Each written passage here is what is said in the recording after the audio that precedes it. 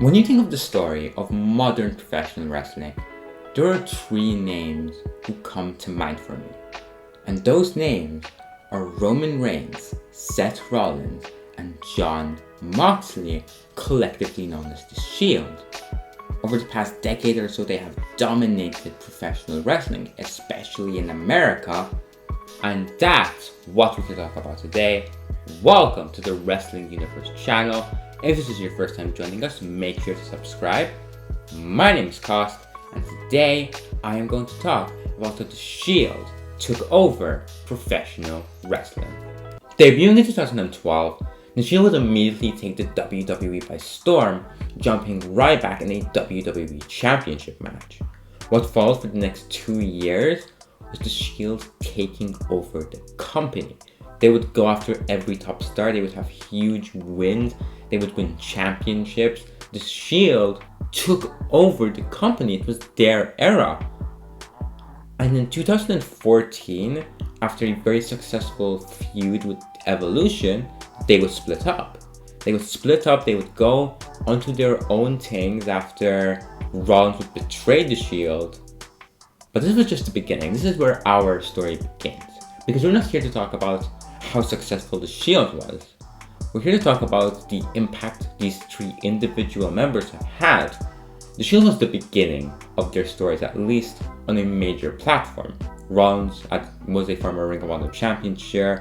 Moxley was a big star on the Indies, sure. But this is where their story truly begins at the national level. So we have to cover the Shield. But what I'm looking at is what happens after the Shield. To see how these three men grow and how eventually they take over professional wrestling. So we're going to start off with Seth Rollins, the architect of the Shield.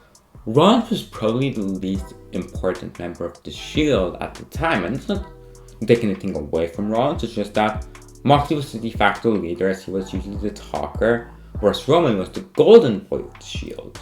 Yet despite that, Rollins was the first one to win a world championship.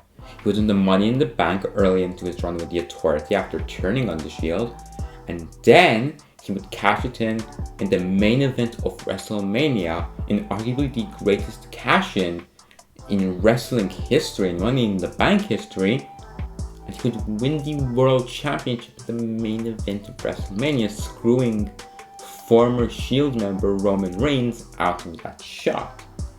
Rollins since then is a multi-time world champion. He's the current world champion of Monday Night Raw. He's a former US champion, he's a former Intercontinental champion, had a great run with the IC Championship, a former tag champion. He has had a first ballot Hall of Fame career in the WWE. And this is just the first of three stories. Rollins is probably the one who's had the least impact between the three members, but that's not to take anything away from Rollins. That's just to add to the significance of the Shield. All three members are Hall of Fame wrestlers, and anyone can be a Hall of Fame wrestler in this era, but these guys are truly revolutionizing the business, and they're in their prime currently. They're not going away anytime soon. We move on to Jon Moxley, formerly known as Dean Ambrose.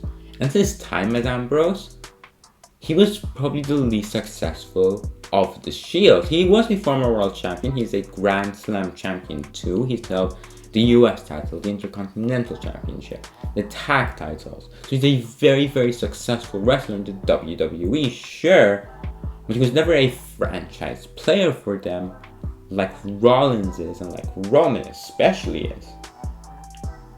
And it really felt like that was going to be his legacy until he jumped ship and went to AEW. In AEW, Moxley is arguably the ace of the company. He's a 3-time world champion. He's beaten the likes of Omega and Punk and Jericho. He is the guy in AEW. Like, the only real wrestlers at the level of Moxley in AEW are probably at the time I'm recording this, MJF, Danielson, and Omega.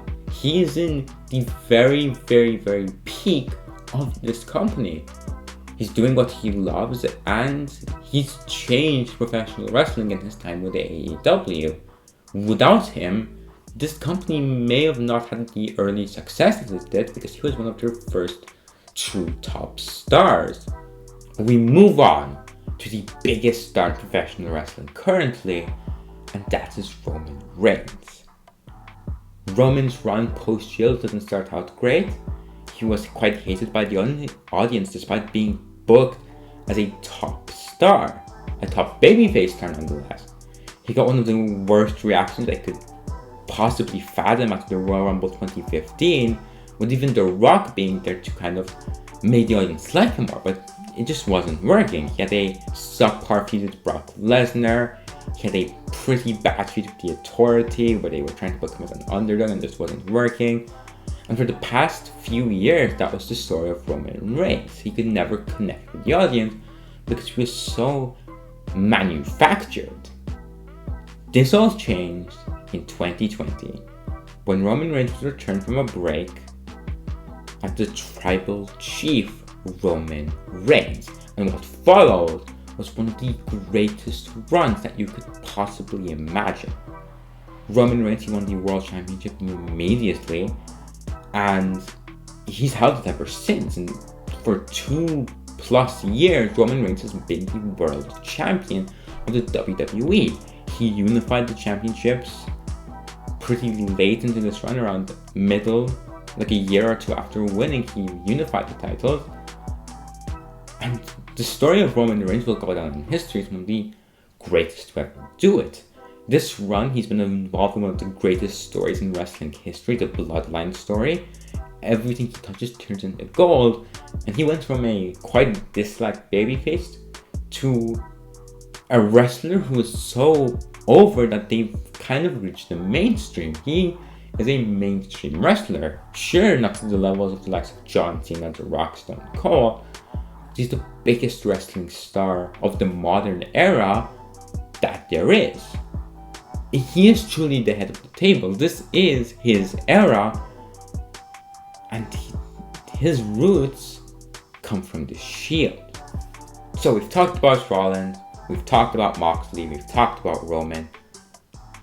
Overall, my overall thoughts, this may be the greatest stable in wrestling history, at least looking at their success individually.